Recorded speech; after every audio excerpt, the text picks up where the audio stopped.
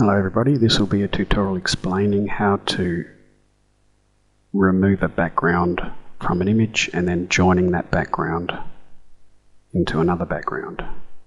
And this is for one of my subscribers, Turdav. I would like to create an image for their grandchild. So the first thing we need to do is head over to Google and look for a nice background. So we open Internet Explorer or Firefox.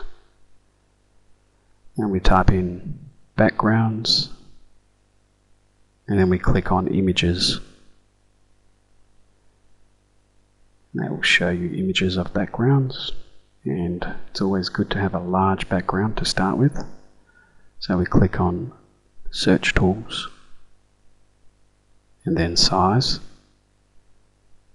and then click on large. And that will give you large high quality backgrounds.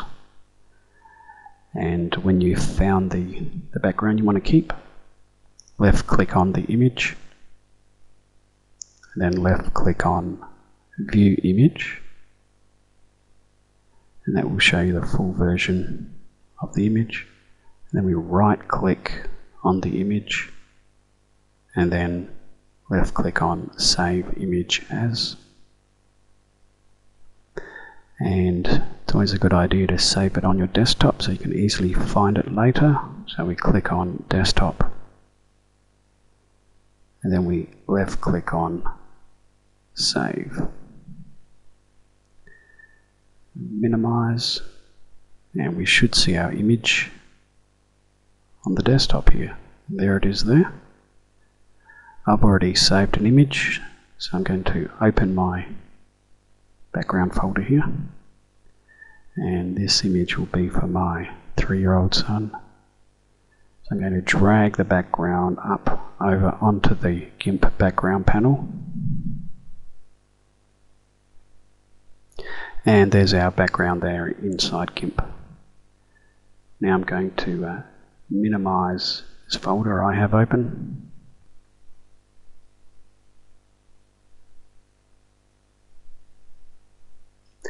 And then we're going to drag the subject on top of the background here. And I have my subject on my desktop already.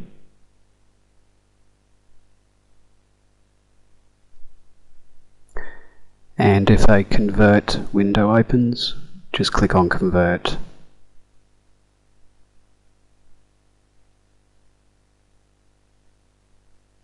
And there you can see the subject. So the first thing we need to do is zoom in on the areas we're about to erase. I'm going to erase the grass and the tree here. So we do that by zooming in a little bit with the zoom tool, left click on the zoom tool there. And I'm just going to start with the top of his head. I'm going to drag a square over the area I want to start with. That will zoom in. And now we need to scale the subject just slightly. You may need to scale a lot. If you do, just click on the scale tool. Now we need to scale to activate the eraser for some reason in Gimp. It's a little bug they have. So I'm going to click on scale. And I'm going to just drag a little bit because I don't need to scale very much here.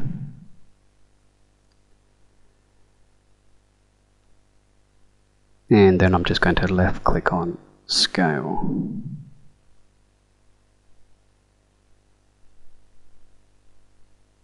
Now the eraser should be activated or active.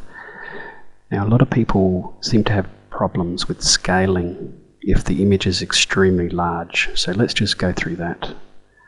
So I'm just going to zoom out so I can see the whole image. So I'm going to left click on the percentage tool here. It's basically a zoom tool. And I'm going to click on 50%. I think I'll zoom out a little bit more. Click on 25% here. Now I can see the whole image. So if your image is extremely large when you drag it onto the background like this, I'll just make this one a lot bigger so you can get the idea. Okay, let's pretend your subject turns out like that when you drag them over for the first time. all we need to do is scale and move a few times, for example. So I'm going to click on the scale tool here. Then I'm going to drag down to make subject smaller. Then I'm going to click on scale to finish the scaling process. And now I'm just going to move the subject up. And then I may need to scale again after the move. Yes, he's still too big there. So I click on scale tool again. And then I drag downwards. Then I click on scale again. And now I would just move the subject by clicking on the move tool here. And I move him up. And that's probably about the perfect size. If it was still too big, I would click on scale and drag him down a bit, and then I would move him up again with the move tool. And then I may need to scale even more further. So you just click on scale and then move him up, click on scale, drag down, move him up. And you just continuously do that until your subject is the correct size. So now my subject is the perfect size there. I'm going to start to erase his background. Keep in mind you have to scale to activate the eraser. I don't know why, but you have to do it in Gimp. It seems to be a bug they have in there. If you don't scale the subject, the eraser will not work properly. You'll get a white background when you start to erase. So the first thing I need to do is to zoom in on the area I want to start with. Click on the magnifying glass here, which is the zoom tool. And then I'm just going to drag a square over that top section to start with. And now the eraser should be active. Click on the eraser. Then we need to make sure we have a soft edge to eraser. We do that by clicking on this brush icon right here. And just pick any of these little circles that are slightly out of focus. You can see with a fuzzy edge on the end of them or around them. And that will give you a soft edge to your eraser when you use it. Now I need to increase the size of the eraser here. Do that by just dragging the size tool up slightly. And the reason we adjust the eraser size, and that is to make it easier when we erase. If you have a small little eraser, it's an absolute nightmare to remove the background. So a decent size eraser is quite important to have. So that seems to be a good size there. And now I'm just going to drag around the outside of his head. And if you do a mistake like that, that's no problem. We can fix that very easily by dragging the scroll bar here down until we see anti-erase. We click on anti-erase there, and then we just drag inside the areas that you've accidentally gone over, and that will bring them back. So you can use anti-erase at any time if you do mistakes. So I'm going to pretend I've erased around his whole body there. Actually, I'm not going to pretend, I'm going to actually do it, as you can see there. And my tools have detached, but I can't reattach them because of my recording software has disabled it. But if your tools detach like mine have here, drag from this title tab here down onto this section here. It will turn blue, and then just release your button and they will reattach themselves down the bottom there. And if you don't have any tools here to drag back down, all we need to do is double click on any tool here. That will open your tools, and you can drag the tool title back down here onto the GIMP toolbox, and then release. It will reattach itself. So I'm just going to leave mine there for the time being. So as you can see on Lucas's arms here, he looks like a rash, but it's not a rash. It's just dirt. So if I want to spruce that up and make it look like it's clean skin, all I need to do is zoom in. This is how you would remove objects or remove scratches from photos as well. I'm going to zoom in on that area first with the zoom tool. To click on the zoom tool and then drag a square over the area I'm trying to work with. It's a lot easier when you're zoomed in.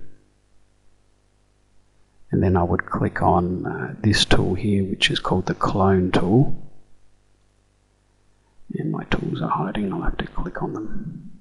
If they were attached here, they would be right in front of me, but they seem to be hiding, so it's okay, I'll just click on them.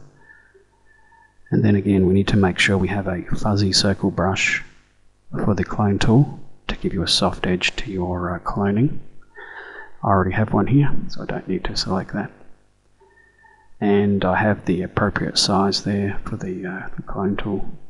So what I need to do here is pick a clean area of the skin and then hold the control key down and then just left click once. What that has done there, it has just copied that clean area of the skin. And now I just left click. And as you can see there, that looks out of place.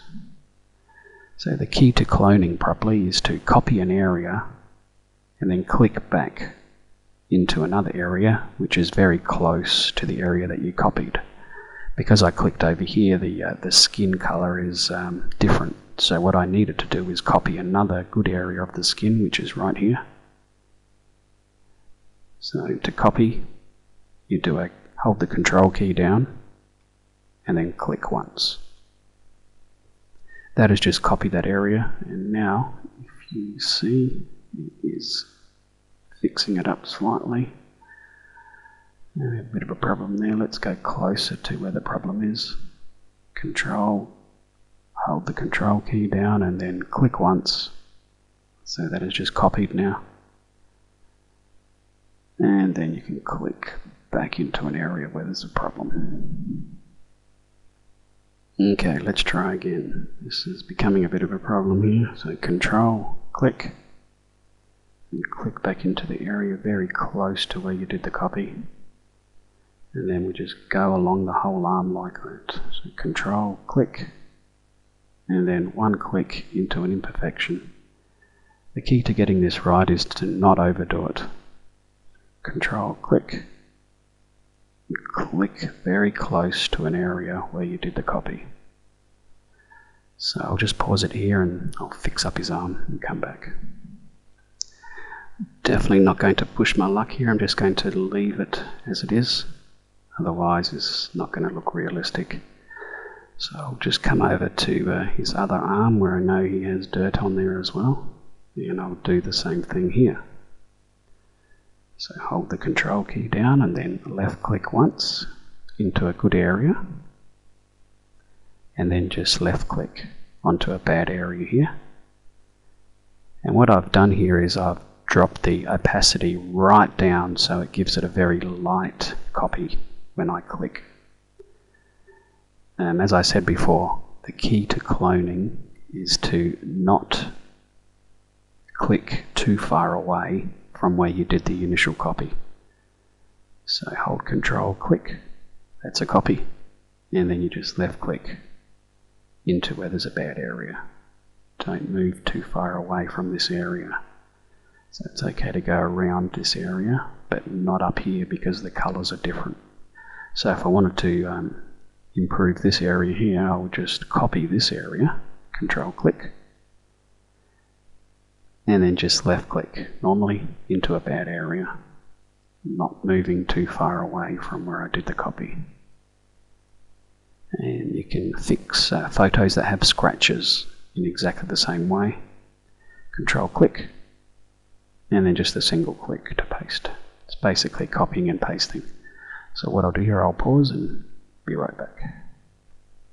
So the key here is not to overdo it, otherwise it can look artificial. So as you can see on Lucas's arm here, I've erased a little bit too much, so I'm going to repair that by clicking on the eraser. And my tools are hiding again, I'll just click on them. And then I'm going to anti-erase in that section. So I'm just going to just drag the scroll bar down and then click on anti-erase. And then I'm just going to drag over that area to bring it back.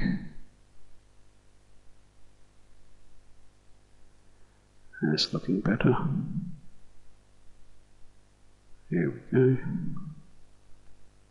So now I'm going to zoom out to see my work. Left click on the percentage tool on the bottom of the image. And then I'm going to click on 50%. And that's looking pretty good. Looks like he has no leg here, so I'm just going to move him down a bit so that area touches the bottom of the image. I'm going to click on the move tool. And I'm just going to drag him down just a little bit. There we go. It's looking good. And if you do a mistake, we can always do Ctrl Z to undo the last move you did. So keep that in mind, it will help you a lot. I use it every day. One thing you can notice here, his colours are slightly different to the background colours here. He's looking a little bit too bright. So I'm just going to make some automatic colour adjustments here. And I do that by clicking on the colours menu on the top and then down to auto. And then I'm going to click on equalize. And I think that's an improvement there. I'm going to do another adjustment, colors, auto, and then I'll do color enhance. You can always do Ctrl Z if you don't like the adjustment. Computer's still working here, fingers crossed. Okay, didn't look like it did much there, but I think that was an improvement with the color enhance. Let's try one more. Colors, auto, and let's do a white balance. Okay. You can do all of the auto adjustments there. Sometimes they make an improvement, sometimes they don't. Let's do equalize, but let's do normalize. See what that's like. Okay. Yes, not too bad. Okay, we're almost finished here. The last step is to put some nice text, maybe on the side here. So we do that by clicking on the A tool. And then we left click on the image, and then you type what you would like to have on your image. Actually, I'm going to choose a white image, a white text. So before I start typing, I'm going to change the text color by clicking on the color box here. And then I'm going to click on white, which is right in the corner here. And the current color box will change to the color you've chosen if you've clicked properly. So current color is white, and I'm going to click OK. And I'm going to type my text.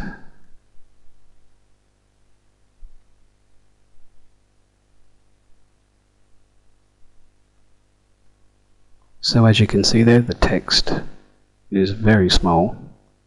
So I'm going to increase the size of the text here by just clicking on the up arrow here next to the size menu to make it nice and big. And then I'm going to put a shadow behind the text here to make it stand up off the page a little bit. And we put a shadow behind the text by clicking on filters, and then move our mouse to light and shadow, and then click on drop shadow. And the menu I can see is open behind the toolbox. If you don't see any menu open, always go down to the bottom of your screen and you'll see a blue flashing menu on your taskbar. Just click on it. That'll bring it to the front if you don't see it. And we have our numbers here. I'm just going to keep these numbers. These are the size of the shadow and the distance away from the text, and also the blurriness of the shadow. I'm just going to keep them, and I'm going to click on OK, and I'm just going to see what it looks like in the end. And if I don't like the shadow, I can adjust these numbers. But first we're just going to have a look at the shadow here before I adjust them. And it didn't do much there, so I'm going to make my numbers a little bit smaller and the blurriness a lot smaller as well. So I'm going to undo what I did, hold the CTRL key down, and then tap Z. Oops. Control Z. There we go, the shadow's gone. So I'm going to try that again. Filters, light and shadow, and drop shadow. So let's just decrease the blur radius here. Let's try about 8, and maybe drop these down a little bit as well. Let's try about 5 and 5. That's the distance away from the text on top, the offset X and Y. So click on OK. Yeah, my computer's a little bit slow today.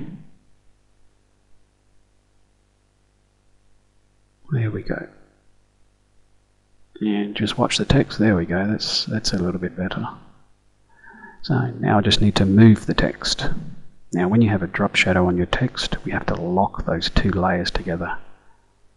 So to lock the layers together so we can move them both together at the same time, we click on the drop shadow layer chain, which is just to the right of the eye icon, and then do the same for the white text layer. So they're locked together now. Now we can move them together. So we click on our move tool. So when you're moving text, it can be a bit tricky. If your mouse isn't directly on top of the text, it will do this. When you drag, it just moves the background and not the text. So I'll just undo that, Control Z. So the way you know your mouse is directly on top of the text is by looking at the icon next to the pointer there. And if it's just a move symbol icon next to your text, you know you're directly on top of the actual text. Then you can drag your mouse and it will move the text. If you're seeing a little hand pointer along with the move symbol icon next to your pointer there, you are not on top of the text properly. You only want a move symbol icon appear next to your pointer. Then you know you're directly on top of the text, like that there. Then the text will be moved when you drag your mouse on top of it. There we go. I'm just going to move him down slightly, a little bit more, just so we can get rid of his missing leg there. So click on the move symbol, and then we need to click on the Lucas layer, because that's the layer we're trying to move. And then I can just drag directly on top of him. Don't drag on the outside here, otherwise the background will be moved. Drag directly on top of your subject. Just drag him down to move him. There we go. And I think I'll just move the text down slightly again. Click on the layer you're working with, which is the text layer, the layer panel. And then look for the move symbol to appear only, and then just drag downwards. There we go. So I'm just going to zoom out now. Click on the the percentage tool on the bottom of your image, And I'm just going to go to 25% so I can zoom right out. Okay, it's not looking too bad. Okay, we're ready to save this image now. So we'll click on File and then Export. This is Gimp 2.8, and you know which version you have when you click on Help and then About. That'll tell you the version of Gimp you have. With Gimp 2.8, when you're saving, we need to click on File, then Export. If you have Gimp 2.6, you just click on File, then Save As. If I click on Save As now, it'll actually save it as a XCF file. You can see here.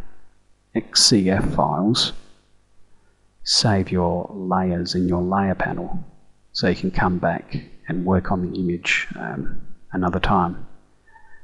But we don't want an XCF file, we want to completely finish the image, because if I give this picture out now as an XCF file, it won't open properly on other people's computers if they don't have Gimp. So we want to avoid all that trouble. So I'm going to click on File, then Export. As you can see here, it definitely doesn't have XCF. I can save it as a PNG file if I like. That will open on other people's computers, but I'm going to type .jpg. Oops. And any computer can open that picture. I'm just going to remove the name that was there before and just type my own name. And just double check that you have .jpg on the very end. And click on Desktop, because that's where I would like the image to be saved to. Click on Export. Looks like I already have a Lucas picture on there. I'll click on Replace. And eventually my computer will save it. Click on Export if you see it again. And there we go. So if I move the toolbox over, I should see the picture that I saved. Computer's really struggling today. Just move the tools over.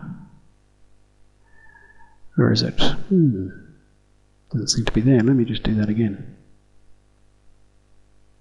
Them back. File. Export. And Desktop. Looks like it's there, but I'll just save it again.